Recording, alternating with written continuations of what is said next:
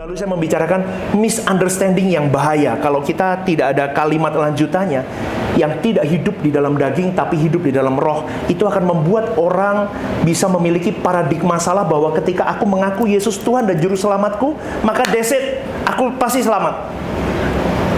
Kalau lihat dari terjemahan bahasa Indonesia tadi tampilin tolong. Itu orang bisa berpikir begitu. Kalau aku sudah mengaku, siapa Yesus? Saya mengakui dia juru selamatku. Saya beriman di dalam dia. That's it. Kita pasti masuk surga. Ternyata tidak. Di dalam misunderstanding itu akan sangat bahaya untuk kita memaknai iman kita di dalam Kristus Yesus. Minggu lalu saya sampaikan bahwa kalau kau mau hidup sebagaimana hidup mengimani Kristus itu, kau harus hidup memiliki gairah dan spirit seperti Yesus itu hidup 2000 tahun yang lalu. Kau dan saya harus sama hidup, memiliki gairah dan spirit yang sama seperti Yesus itu. Jadi hidupmu tidak lagi didrive dengan daging, tetapi hidupmu didrive dengan hidup di dalam roh. Dan roh itu adalah roh Allah itu sendiri, Roh Kudus, roh Allah Bapa itu sendiri yang menuntun kau dan saya untuk fulfill atau mencapai kualitas seperti yang Bapa mau itu sendiri. Lo enak loh hidup orang Kristen, seperti minggu lalu saya sampaikan. Kau dan saya diberi kunci jalan keluar. Kau dituntun oleh Roh Kudus yang adalah roh Allah itu sendiri, yang diminta kualitasnya sama seperti keinginan Bapa, dan Bapa sendiri yang menuntun kita. Kurang apa coba saudara?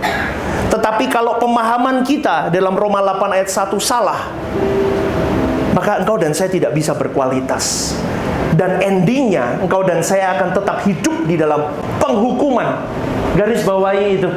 Hari ini saya mau bahas tentang penghukuman, saudaraku, di dalam Roma 8 ayat 1. Di dalam bahasa aslinya dikatakan sebagai kata krima. Saya coba cari arti dari kata krima ini lebih detail, saudaraku. Kata krima itu kalau dalam bahasa Inggris itu condemnation. Dicari dalam kamus bahasa Indonesia bisa diartikan sebagai kutukan. Kalau dalam bahasa Inggris dari segi kata kutuk itu etimologinya bisa dikatakan sebagai kena laknat, saudaraku. Atau kalau dalam bahasa Inggris lebih sering kita pakai adalah curse. Tahu ya, curse ya. Curse, curse. Coba di translate lagi Roma 8 ayat 1, jangan dipindahin, ini nggak usah. Jadi boleh saya gambarkan begini.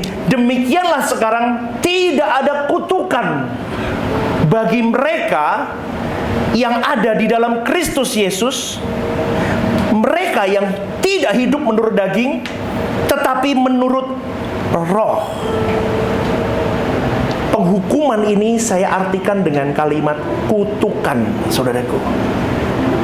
Paulus menunjukkan bahwa hanya mereka yang ada di dalam Kristus Yesus, yang berarti hidup tidak menurut daging, yang berarti hidup di dalam penurutan akan roh itu sendiri, yang tidak akan menerima kutukan atau hukuman ini.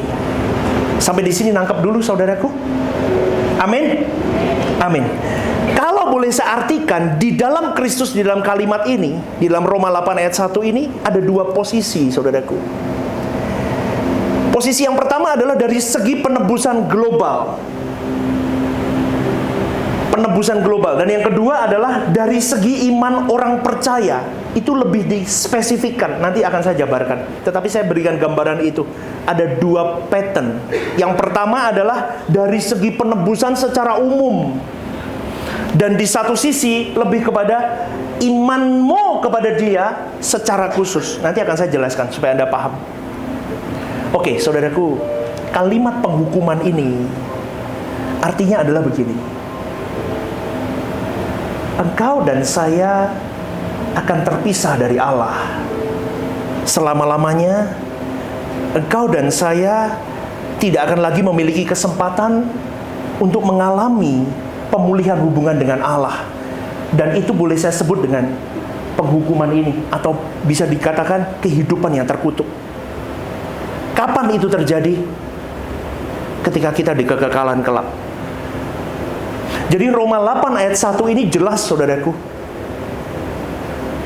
Dikatakan bahwa engkau dan saya sebagai, ini satu contoh dulu, sebagai orang yang percaya, yang mengimani Kristus adalah juru selamatmu, kalau hidupmu tidak dipimpin oleh Roh Allah, meskipun engkau memiliki penebusan itu, engkau tetap tidak selamat.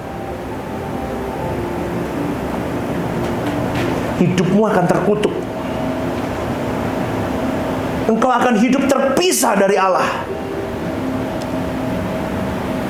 Jadi mengerikan saudaraku, karena kutuk itu adalah tindakan atau spirit atau sikap hati yang bertentangan dengan Roh Allah itu sendiri, dan hidup menuruti keinginan dagingnya sendiri. Contoh pelanggaran Adam. Adam melanggar kehendak Allah, perintah Allah.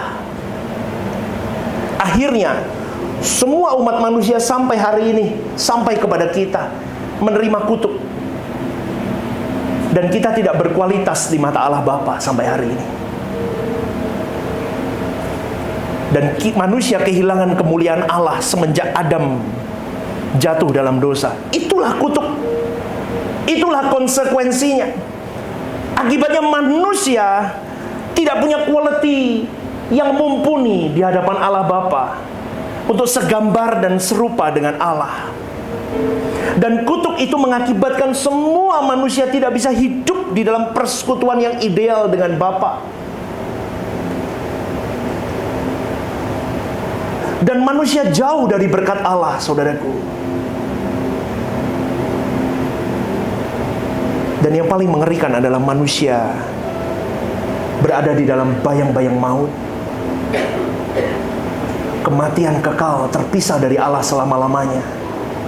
Dan itu yang saya sebut dengan kutuk di dalam kehidupan manusia, saudaraku.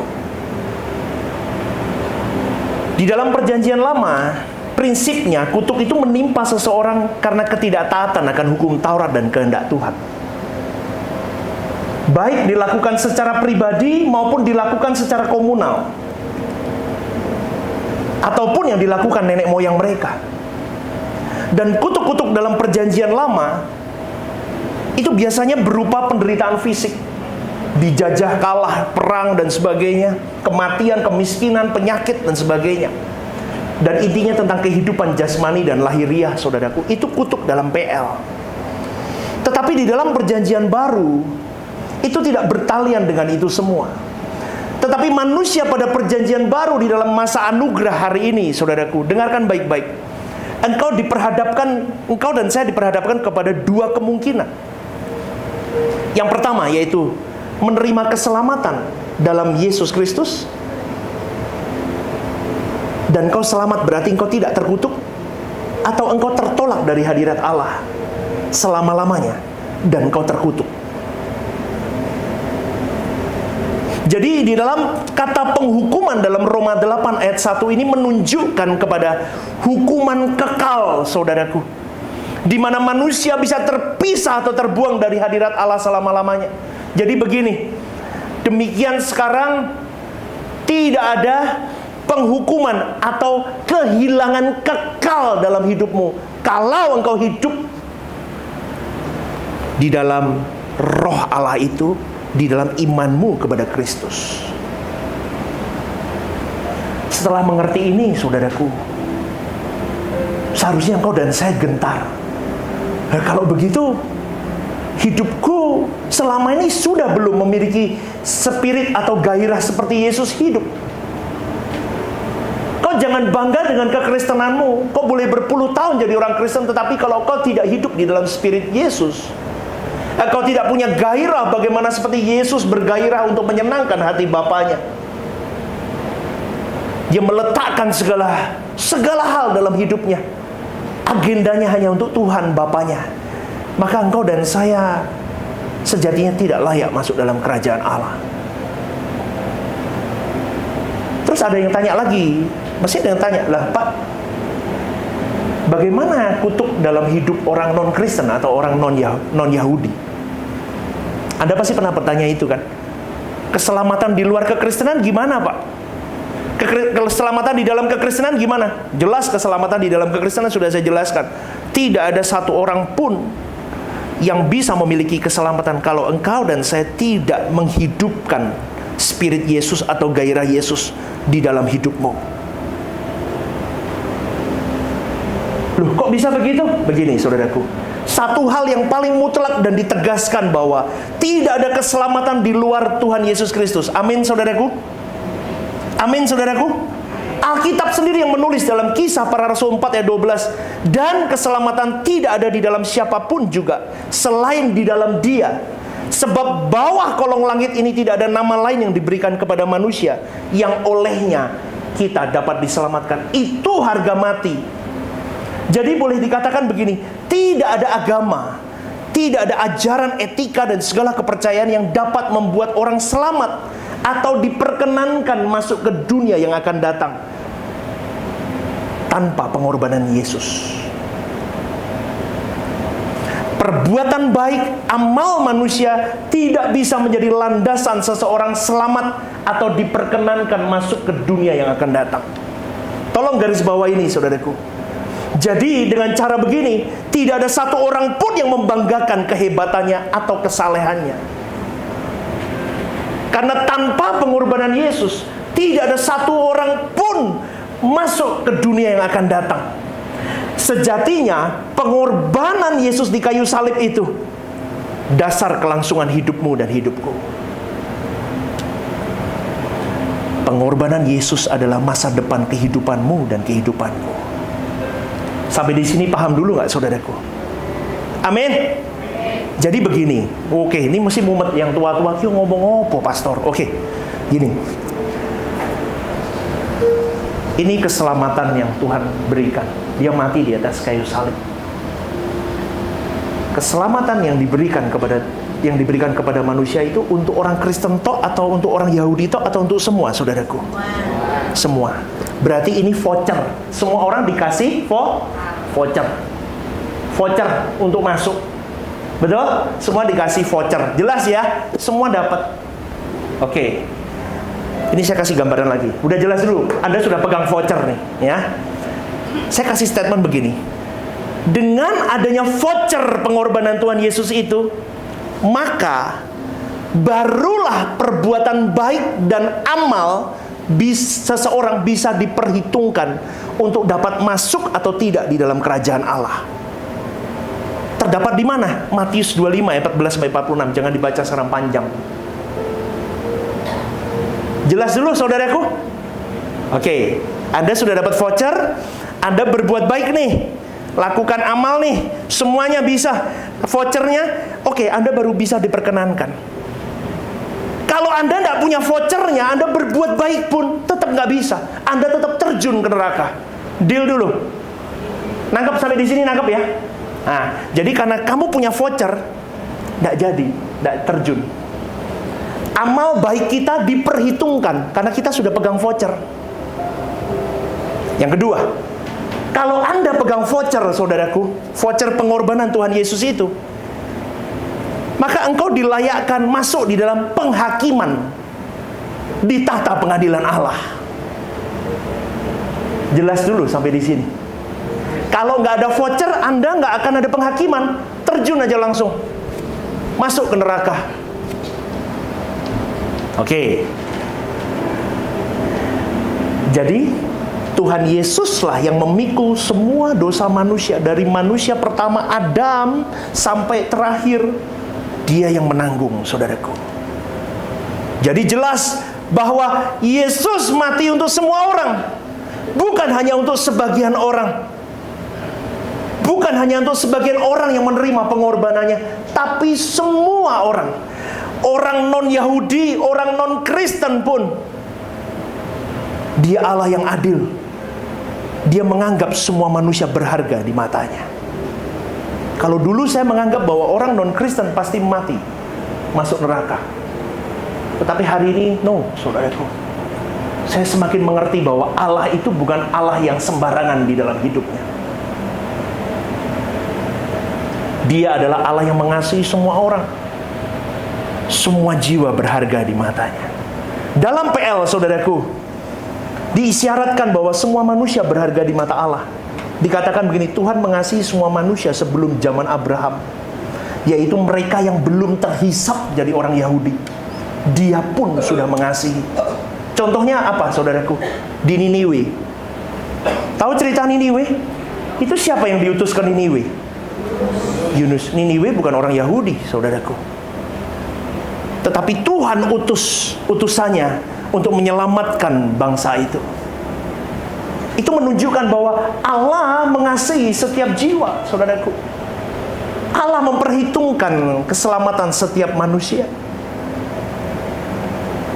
Jadi begini, kalau misalnya Yesus tidak datang ke dunia dan menang, maka semua manusia tanpa adanya penghakiman, tidak pegang voucher ya, tanpa penghakiman, maka akan dengan sendirinya akan terbuang ke lautan api. Semua manusia terkutuk, sebab tidak ada sarana untuk membebaskan kau dan saya manusia terbebas dari kutuk itu tanpa kematian Yesus. Tetapi dengan pengorbanan Yesus, saudaraku, maka bisa diadakan penghakiman itu. Yaitu siapa manusia yang bisa dilayakkan masuk ke kehidupan yang akan datang, yang bisa dibebaskan dari kutuk atau yang tetap hidup dalam kutuk. Sampai di sini paham nggak, saudaraku? Amin. Oke, semoga bisa dilanjutkan. Paham ya?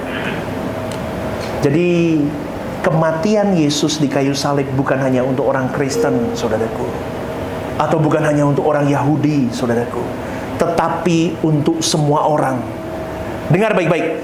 Baik bagi mereka yang mendengar Injil, camkan baik-baik, atau yang tidak mendengar Injil. Saya ulang sekali lagi. Keselamatan Tuhan Yesus itu berarti untuk semua orang, everyone. Baik yang mendengar Injil, seperti Anda dan saya ini mendengar Injil, atau untuk semua orang yang tidak mendengar Injil. Tidak mendengar Injil berbeda dengan menolak Injil. Paham, saudaraku? Paham ya? Tidak mendengar Injil dan menolak Injil atau menampik Injil itu beda.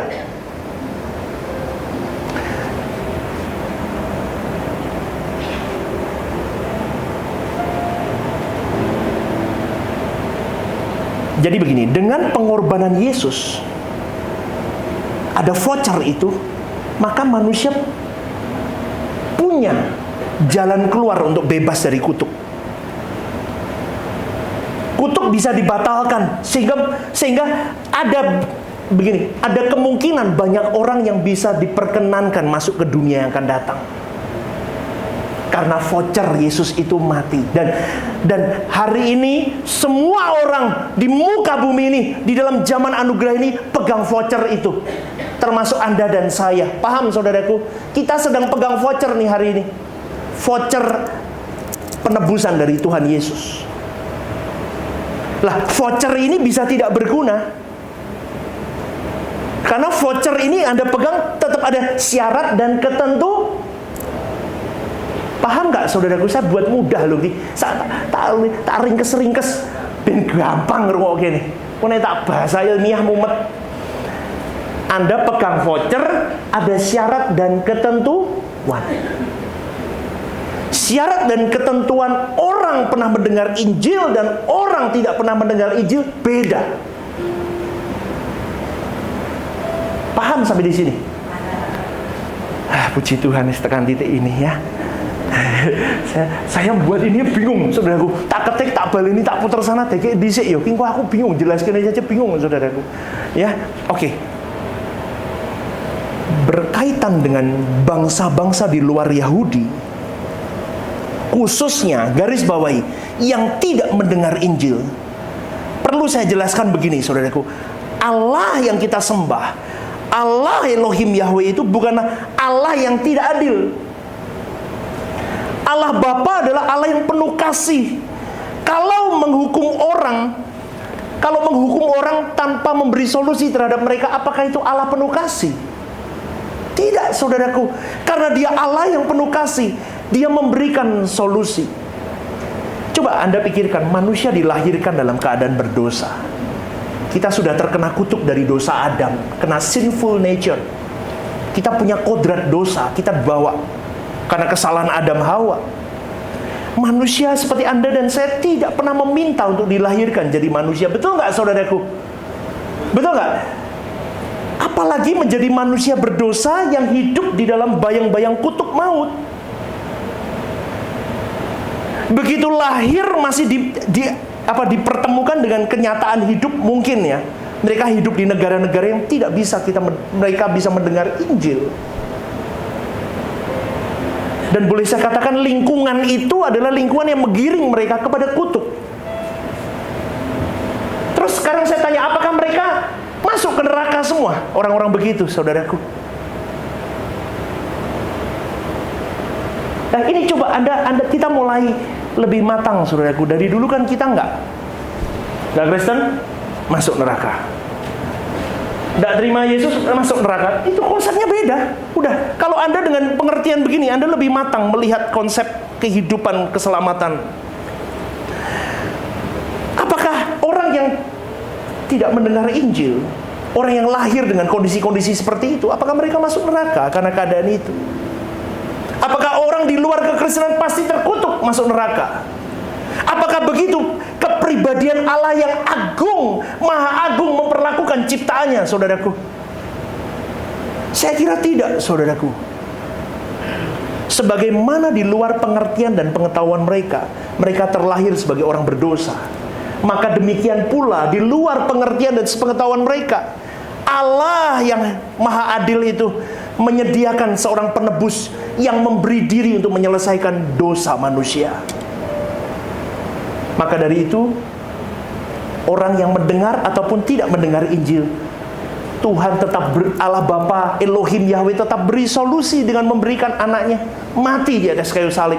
Semua orang dapat voucher itu. Fair nggak? Adil nggak? Adil. Adil nggak, saudaraku? Adil. Lah, di titik ini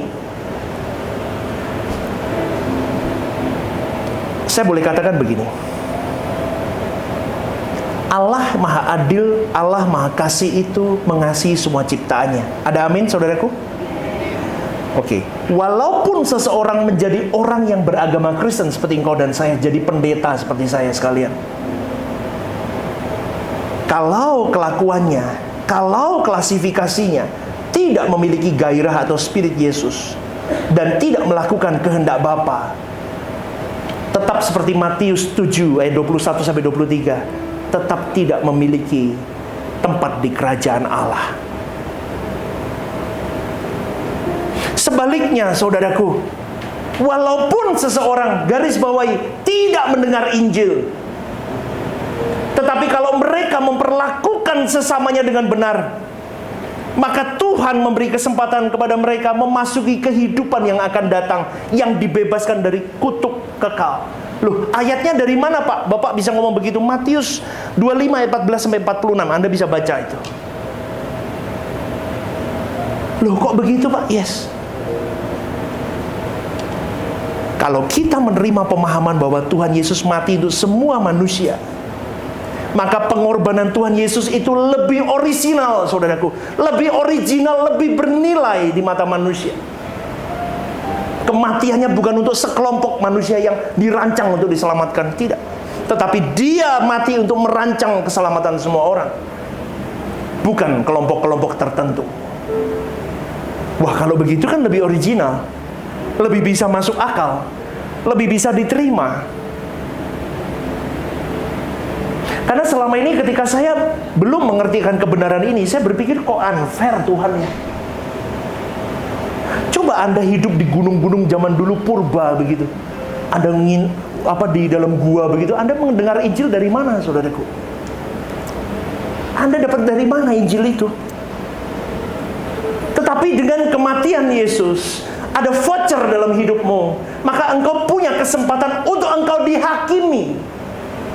Untuk orang yang tidak mendengar Injil menurut tingkah perbuatanmu. Tapi ingat loh, saudaraku, walaupun Yesus mati untuk semua orang, tetapi hal itu tidak membuat mereka yang ada di luar kekristenan dapat otomatis masuk surga.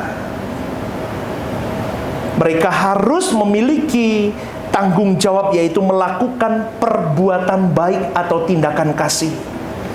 Perbuatan mereka akan menjadi ukuran apakah mereka diperkenankan masuk di dunia akan datang atau tidak. Di dalam Alkitab kita jelas menjumpai penjelasan Tuhan Yesus mengenai orang-orang yang diperkenankan masuk ke alam dunia yang akan datang atau tidak berdasarkan perbuatan baiknya. Tadi Matius 25 ayat 14 sampai 46. Anda bisa baca nanti di rumah. Itu jelas di situ. Oke, Matius 25 ayat 40. Coba ditayangin. Dikatakan begini, dan raja itu akan menjawab mereka, aku berkata kepadamu, sesungguhnya segala sesuatu yang kamu lakukan untuk salah seorang dari saudaraku yang paling hina ini, kamu telah melakukannya untuk aku. Itu salah satu cuplikannya, saudaraku. Jadi orang non-Kristen, orang yang tidak pernah mendengar Injil, perhitungannya dari bagaimana dia berbuat baik atau tidak untuk sesamanya. Begitu, saudaraku. Sampai di sini mengikuti, saudaraku?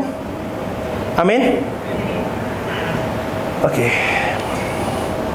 Kalau di dalam kekristenan hari ini kita sudah pegang voucher, kita sudah mendengar Injil, bahkan kita sudah mendengar Injil yang murni, kita sudah mendengar suara kebenaran, beda takarannya, saudaraku. Itu lebih mengerikan. Karena kualifikasimu tidak di dalam amal perbuatan baik, tidak lagi. Tetapi kualifikasimu adalah seperti Yesus. Ada dua kelompok orang yang tidak mendengar Injil, dia diadili menurut perbuatan baiknya. Orang yang berkesempatan mendengar Injil, apalagi Injil yang murni, di dalam kebenaran yang sejati, dia diadili menurut kualifikasinya. Apakah dia hidup seperti Roma 8 ayat 1, hidup di dalam roh, hidup di dalam tuntunan roh Allah itu, atau dia hidup di dalam daging.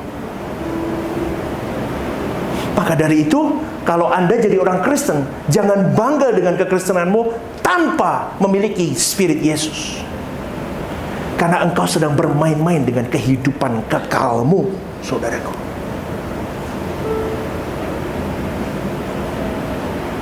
Ini mudah nggak? Amin. Roma 8 ayat 1, kata krima, kutukan itu isiannya beda, saudaraku, hari ini. Untuk bebas itu bayarannya beda sekarang. Orang dalam Kristus, bukan orang dalam Kristus, orang mendengar Injil sama orang belum mendengar Injil, beda. Berat orang yang mendengar Injil.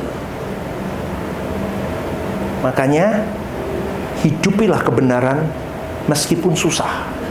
Kalau engkau tahu bahwa aku hidup di dalam kebenaran, aku punya spirit gairah Yesus.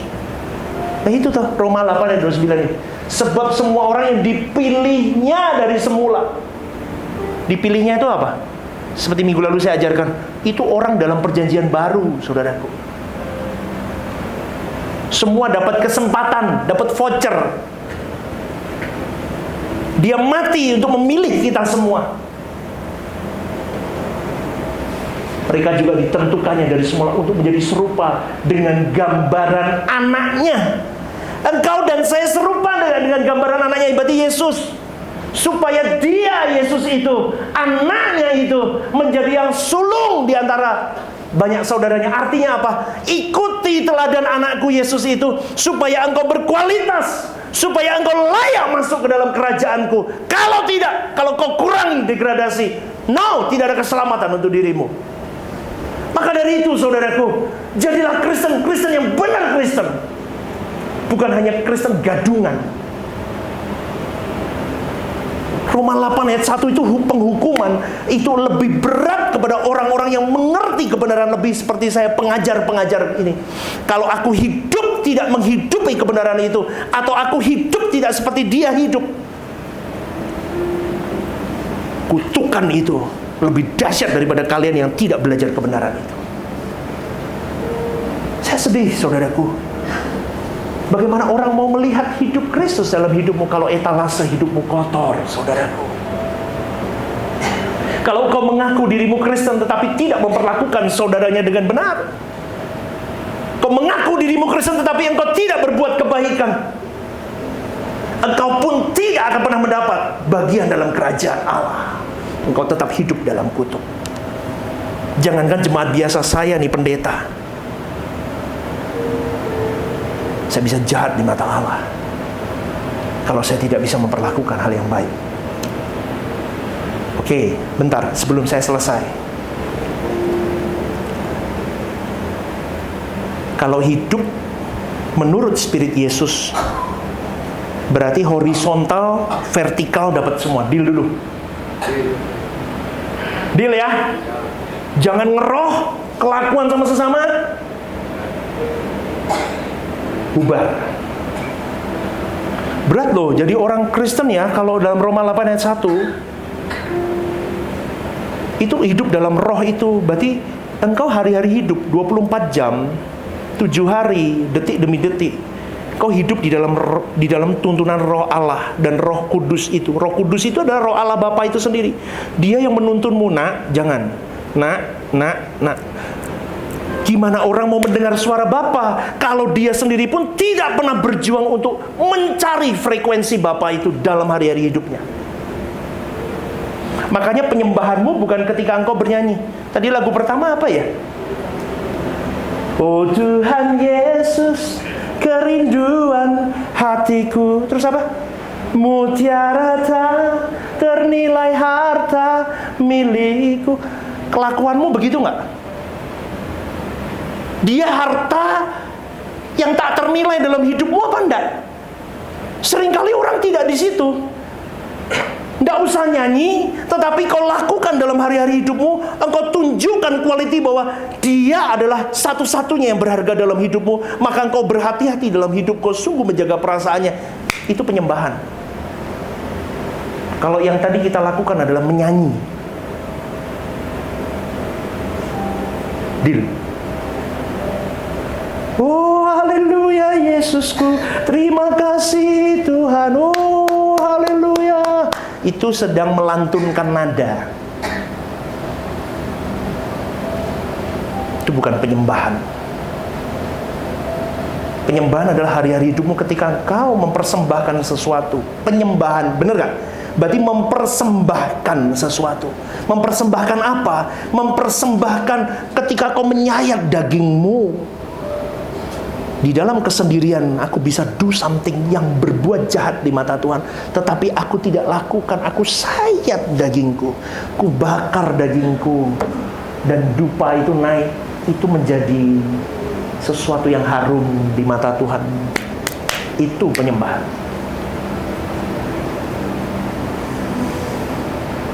Jadi kalau engkau mau seperti Yesus, memiliki spirit seperti Yesus, vertikal, horizontal, dengan Allah, dengan sesama, balance. Ada amin? Kalau tidak, not qualified, saudaraku. Gereja ini basisnya 3 pilar. Kekudusan hidup, kunci, tidak bisa digoyang, saudaraku. Kau tidak akan pernah bisa berjumpa atau mendengar kepekaan suara Allah kalau engkau tidak pernah menjaga kekudusan hidupmu. Bahkan Allah Bapa sendiri berkata, kuduslah kamu sebab aku kudus. Artinya apa? Kalau kamu tidak kudus, you cannot touch me. Kau tidak bisa bersentuhan dengan aku. Engkau tidak pernah bisa mendengar apa yang aku mau. Engkau tidak bisa mendengar bagaimana engkau tidak. Kalau engkau tidak mendengar, bagaimana engkau mengerti? Kalau engkau tidak mengerti, bagaimana engkau mau melakukan kehendakku? Kesucian hidup itu tidak bisa didegradasi. Itu kunci pertama, saudara. Di dalam kau menjalani hari hidupmu, untuk kau bebas dari yang namanya penghukuman hidup, penghukuman kekal itu, kau mau hidup di dalam Kristus yang benar, iman di dalam Kristus, berarti kau harus bertanggung jawab dalam hidupmu. hari-hari kau bertanggung jawab bahwa aku hidup hari ini bukan untuk kesenanganku. Aku hidup hari ini bukan untuk kepentinganku. Tanggung jawab yang kuemban adalah mandat Bapakku di bumi ini. Stephen Lim, hari ini apa tujuanmu hidup? Aku mau senengin Bapa. Bukan untuk gedein gereja, bukan untuk jangkau banyak. Oh, jemaat ayo masuk. Yang penting persembahan banyak. Tidak, saudaraku. Tapi apa yang Bapak mau, terus aku ikuti. Terus, Anda pun sama di dalam profesi Anda. Pribadi lepas pribadi, Anda semua hamba Tuhan di dalam profesimu. Anda harus mengemban tanggung jawab itu. Dan yang ketiga, semuanya kau lakukan difokusin hanya untuk kita menjejakkan kaki ke langit baru dan bumi yang baru. Amin, saudaraku. Amin. Berikan tepuk tangan untuk Tuhan kita.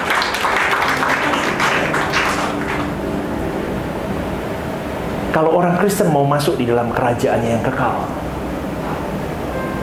pertarungannya segenap hidup. Setengah hidup tidak bisa. Segenap hidup. Berarti overall of your life, kau harus hajar hidupmu untuk memberikan yang terbaik buat Tuhan. Pengajaran di gereja ini dahsyat, saudaraku, sebetulnya. Kalau Anda mau hidupi, benar-benar Anda mau jalani, Anda terbebas dari kutuk, itu betul. Tetapi kalau Anda tidak bersungguh-sungguh serius ingin berjuang bebas dari kutuk itu, maka voucher yang ada di tanganmu hari ini, yaitu keselamatan dalam Tuhan Yesus Kristus, akan terbuang dengan sia-sia. Di dalam kuburmu mati suatu hari, kau tidak akan pernah menyentuh langit baru, bumi baru. Suatu hari kita harus bersama-sama menikmati kemuliaan Allah di langit baru, bumi baru. Siapa yang mau kita reuni di sana? Angkat tanganmu. Ya kan? Kita mau reuni di sana kan? Amin nggak? Ya, berikan tepuk tangan untuk Tuhan kita. Yuk kita bangkit berdiri. Saya undang worship leader.